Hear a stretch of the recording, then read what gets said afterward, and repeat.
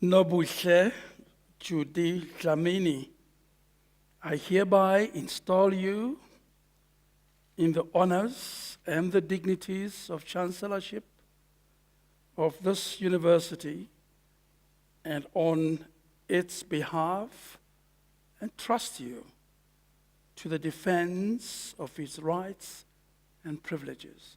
Congratulations.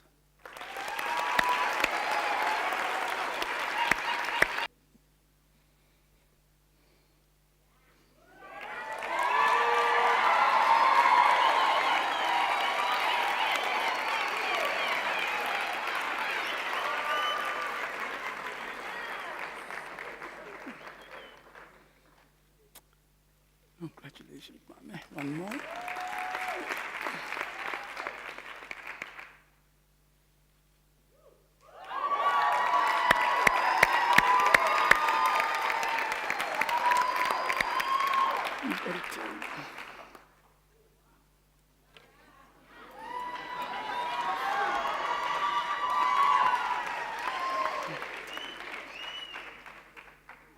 I, Dr Judy Dlamini, hereby accept the Chancellorship of the University of Witwatersrand, Johannesburg, and undertake to conduct the duties of this office and to defend the rights and privileges of this university to the best of my ability.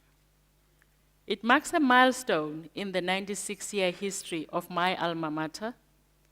This milestone reminds me of our history, the history of our forebears who made it possible for me to stand here in front of you today, ready to serve. It is therefore my duty to acknowledge them. Women have always led. African women have always led. No matter where they found themselves in the world, they just have not received the recognition for their selfless service. Many people do not know that the oldest existing and continually operating educational institution in the world, the University of Cairo in Fez, Morocco, was founded by a woman, Fatima Al-Firiya, way back in 859 AD. As of today, it has no less than 8,000 students and more than 1,000 academic staff members. Decolonizing education starts with knowing your history, knowing who you are, and embracing it.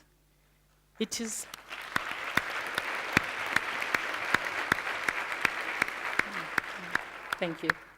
It is supported by doing research that seeks to solve African problems, collaborating with institutions of excellence globally, including African institutions.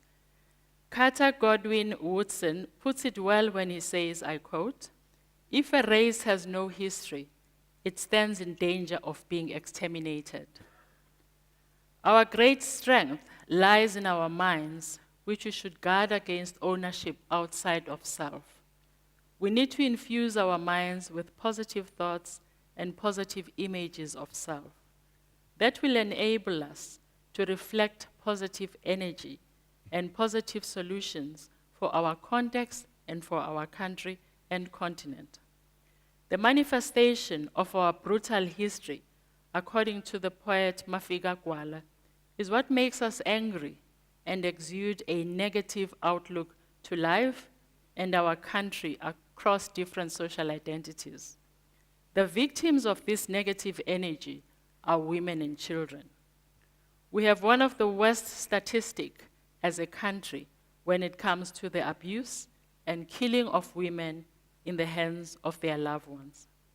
South Africa has a murder rate of women which is 3 times the global average. That's the extreme end of abuse. Ignoring women's contribution to different spheres of our lives, ignoring their talent, paying them less, and refusing them leadership positions when deserved is a form of abuse which is no less than killing. Eroding.